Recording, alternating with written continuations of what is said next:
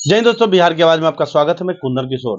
अभी हम गो विधानसभा में हैं और देख सकते हैं हमारे साथ धीरज शर्मा रालोसपा पार्टी के उपाध्यक्ष हैं और लगातार सक्रिय हैं। कहीं ना कहीं जिस लोकसभा सीट पर पूरे देश की नजर है, काराकाट लोकसभा क्षेत्र, वहां उपेंद्र कुशवाहा जो एक बार से यहाँ विजयी रहे हैं, इस बार पुनः उनको जीत दिलाने का वही समझ सकते हैं। तमाम भोजपुरी के एक्टर एक्ट्रेस जो हैं इस क्षेत्र में लगातार सक्रिय हैं, इंडिया गठबंधन के भी सक्रिय हैं। सभी लोग लगातार जनसंपर्क कर रहे हैं, कहीं न कहीं कांटे की टक्कर देखने को मिल रही है। उस बीच में लगातार जनसंपर्क उपेंद्र कुशवाहा जी के लिए लगातार कर रहे हैं। सर, सबसे पहले बिहार के बारे में आपका स्वागत है। Thank you. क्या सर, किस तरह का माहौल इस बार देख रहे हैं? देखिए यहाँ पे जो है पूरे इंडिया में, यहाँ तो जी। छोड़ दीजिए, पूरे इंडिया में, पूरे भारत में जी। एक ही लहर है, मोदी लहर।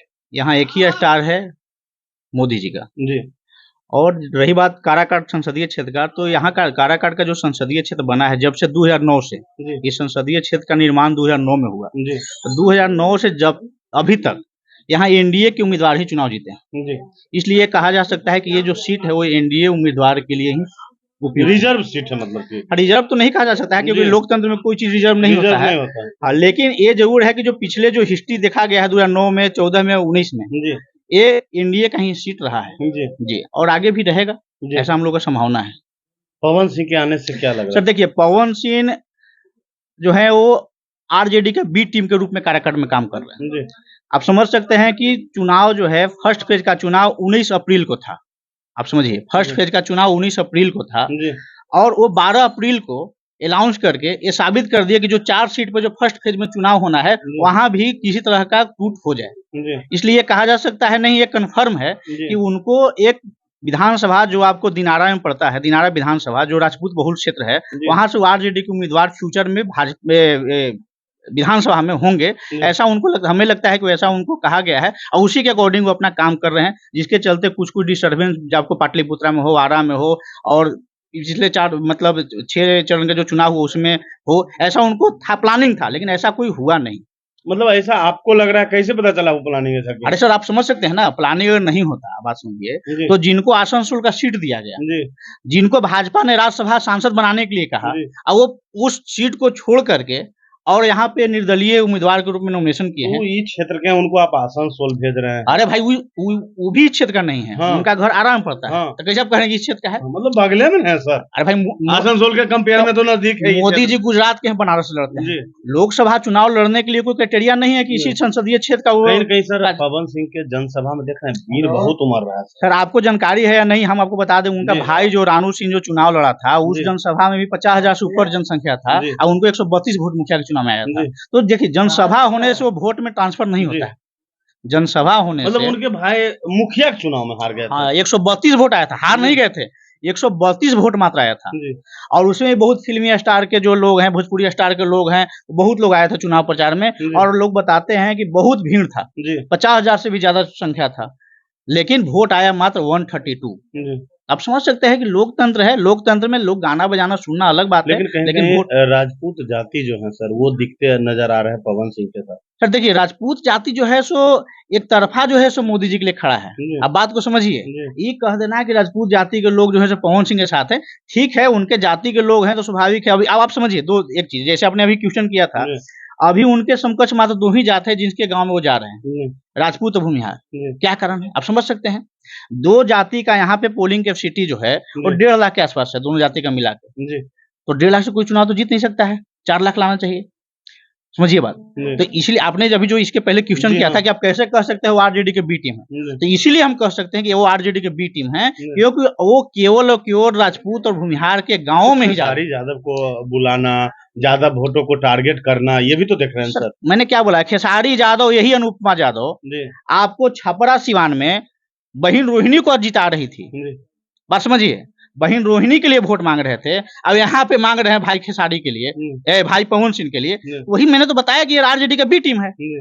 ये आरजेडी का बी टीम है। और हम कहना चाहते हैं कि अगर खेसारी लाल यादव आए हैं तो दे दे सारा यादव समाज, जी। पूरा यादव समाज दे दे पवन सिंह का, तब न मानते हैं। लेकिन मैं दावे के साथ कहना चाहता हूँ कि एक वोट भी यादव समाज का वोट पवन सिंह को नहीं जाएगा।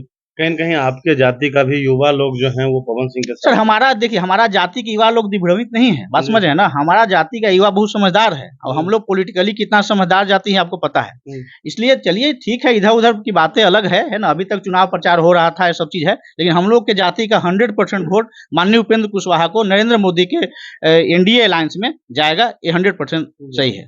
मतलब उपेंद्र कुशवाहा जी विकास कार्य किए हैं सर देखिए, आपको 2009 से 2014 से 2019 जब 2014 से 2019 माननीय उपेंद्र कुशवाहा जी यहाँ लोकसभा का सांसद के रूप में रहे और नरेंद्र मोदी के कैबिनेट में मंत्री रहे, जी। तो यहाँ पे 8000 से अधिक बच्चों का केंद्रीय विद्यालय में एडमिशन करवाने का काम किया। हुँ, यहाँ पे 3-3 बड़े काम करने का काम किया।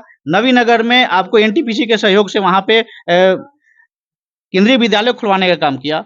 आपको सासाराम में नया भवन बनवाने का काम किया और यहाँ पे डेकुन जो है हमारे विधानसभा में पड़ता है डेकुन, यहाँ पे सब चीज पास हो गया था, बट कुछ कारणों से कुछ टेक्निकल कारणों से नहीं बन पाया। बेलपौथू रोड जो है उसको एनएच में तब्दील करवाया। बेलपौथू होते हुए जो बभना के लिए रोड जाता है उसको एनएच में तब्दील करवाने का काम माननीय उपेंद्र कुशवाहा जी और उस समय के वर्तमान विधायक माननीय मनोज शर्मा के द्वारा ये किया गया था। आपको बगल में खुदवा है, वहां पे एक आदमी जो है सो एक बच्चा जो है सो कुछ डूब के मर गया था, तो उस समय वो तुरंत तत्काल है ना उस पुल को पास करवाए। उस समय के पूर्व विधायक गोहसपुरा के माननीय रणविजय सिंह जी और उपेंद्र कुशवाहा के सौजन्य से पुल बना है। तो ये हम कह सकते हैं कि विकास तो हुआ ही ना, और विकास क्या होता है? अंतिम प्रश्न क्या लगता है, जातिवाद या विकासवादी होगा? सर देखिए, जातिवाद तो बिहार में है, इसकी माने कोई कह नहीं सकता है, क्योंकि अगर जातिवाद नहीं होता तो पूरा जाति जो है सो आरजेडी और अलायंस को वोट नहीं देता। क्योंकि सूत्रों की माने तो रणविजय सिंह जो पूर्व विधायक हैं, जी कहीं न कहीं उनके कहने पर बहुत सारे भूमिहार जाति जो है उपेंद्र कुशवाहा को कर रहे हैं, नहीं तो पवन सिंह को कर रहे सर देखिए, ऐसा नहीं है कि रणविजय सिंह जी यहाँ के पूर्व विधायक मनोज शर्मा हो या रणविजय सिंह हो या ऐसे भी जो माने हमारे समाज के जो लोग हैं, है ना, वो हम लोग एनडीए हैं। जी। ठीक है, मनोज शर्मा जी और रणविजय सिंह जो है सो इस क्षेत्र के पूर्व प्रतिनिधि रह चुके हैं, वो हम लोग के अभिभावक हैं, जी। है ना, उनका बात तो मानना ही है। लेकिन यहाँ पे वोट हम लोग के समाज के एनडीए में जाता है, एक तरफा वोटिंग जाता है। जहानाबाद में क्या रहेगा, क्योंकि कहीं कहीं आप राष्ट्रीय स्तर के नेता सर देखिए, जहानाबाद को किस रूप सर में देखिए, हम लोग को जहानाबाद के हम न जनता है और न हम वहाँ के कार्यकर्ता हैं। कहीं कहीं आप राष्ट्रीय उपाध्यक्ष हैं सर। हाँ ठीक है, इस कारण लेकिन से एनडीए पर नजर वहाँ भी आप बनाए होंगे। हाँ ठीक है, वहाँ पे लोगों को है, वहाँ पे वहाँ के जो उम्मीदवार उनके साथ लोग हैं जी जी। एक दिन गए हैं वहाँ कैंपेन में? नहीं, सर? हम लोग उपेंद्र कुशवाहा के लिए जो भी कैंपेन हम लोग काराकाट में ही कैंपेन किए हैं।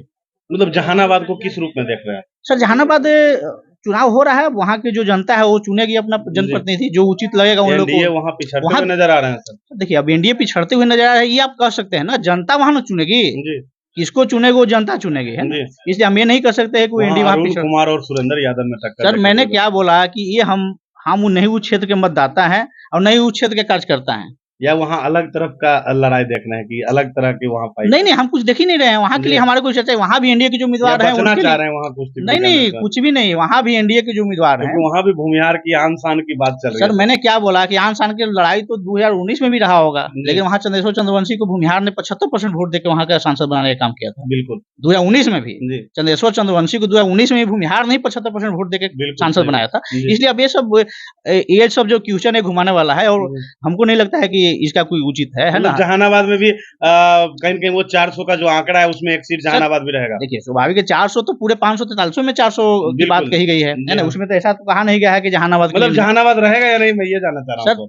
सारा मैंने 400 हम लोग रहेंगे, 400 पार की जो नारा नरेंद्र मोदी जी का है वो सार्थक होगा। जी एक बार परिचय सर हमारे व्यूअर को।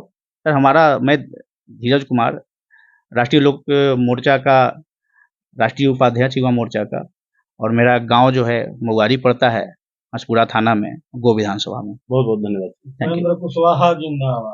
तो आपने सुना, ये धीरज शर्मा थे जिन्होंने प्रखरता से हमारे सारे सवालों का जवाब दिया और इन्होंने बताया कि किस तरह से काराकाट लोकसभा क्षेत्र जो है यहाँ उपेंद्र कुशवाहा की विजय होगी।